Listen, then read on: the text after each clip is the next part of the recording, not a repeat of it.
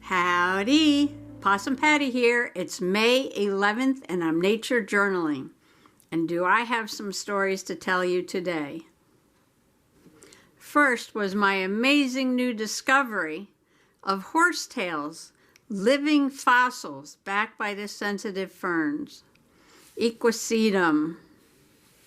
First, I'm going to show you me having a senior moment. What else is growing here? Look at this. What is this? These are mare's tails. Or horse, what do they call these?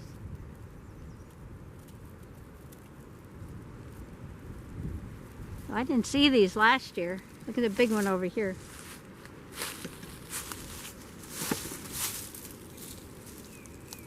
I gotta go look up the name of these. I forgot them.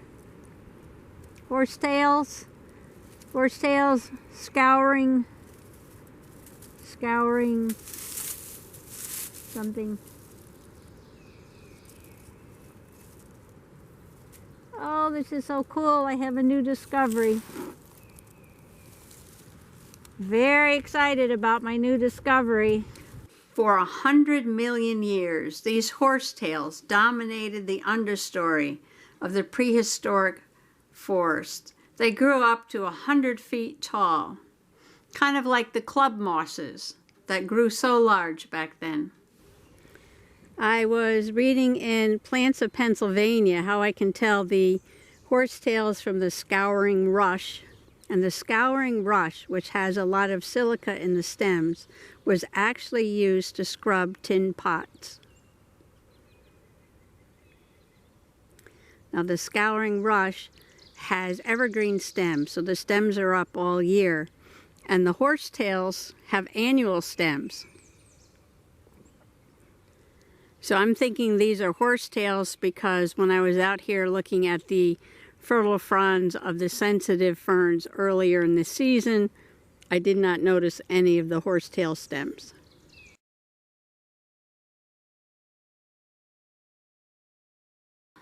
And a side note about the horsetail is that the spacing between the nodes as you go towards the apex gets increasingly close together. And this pattern inspired John Napier to invent logarithms.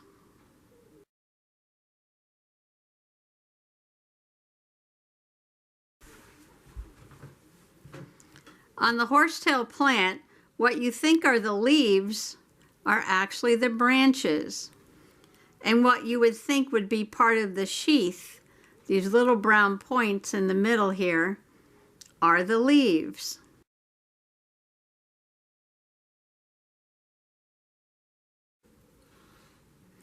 The stem has ridges.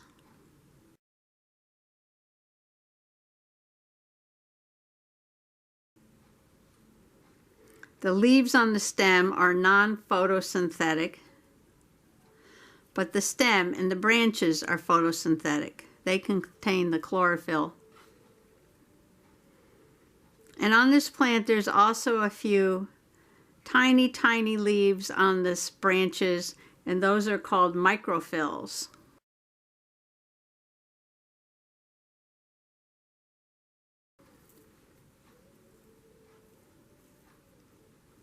So this is my amazing discovery for today.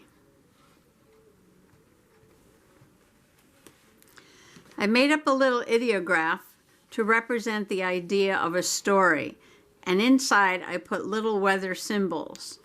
And these symbols down the side of the page, which look like hieroglyphics, are actual weather symbols that tell the story of the weather for today. It started as a nice morning with very few clouds, This symbol shows about 1/8 of the sky covered with clouds. That's when I went out to sketch the horsetails. Being careful, trying not to step on everything here, I'm going to sketch this horsetail.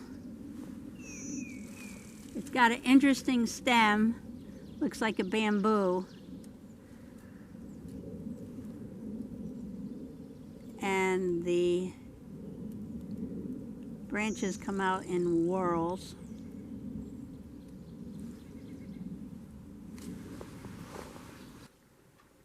But quickly, the sky started getting clouded over. This shows about 50% of cloud cover. And then the sky was totally darkened with clouds. This symbol represents the nimbocumulus, or storm clouds. And this is a symbol for a thunderstorm. These 3 dots represent heavy rain, and the upside down triangle means a short shower. So we had thunder and lightning, heavy rain, but a short shower.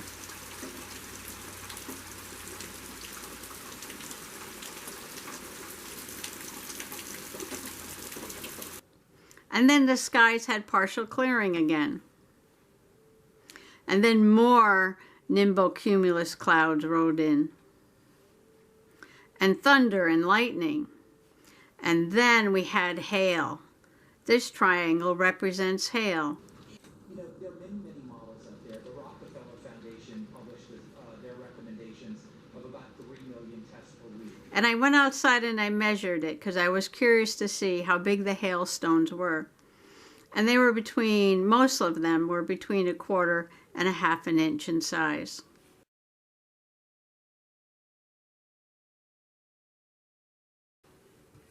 And I only have one rain symbol here because it rained, but not very heavily after the hail stopped. And then all of a sudden the winds went dead calm, and this represents 0 wind.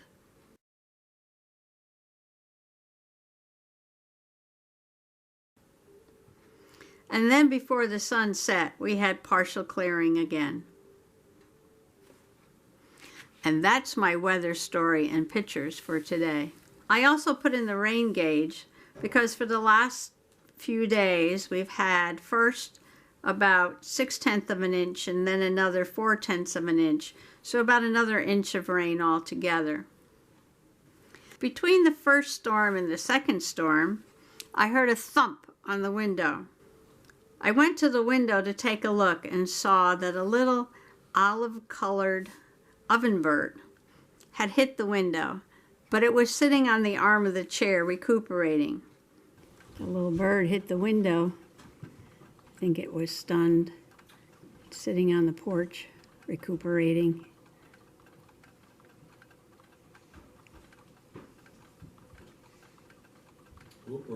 I don't usually get to see the Ovenbird so close up.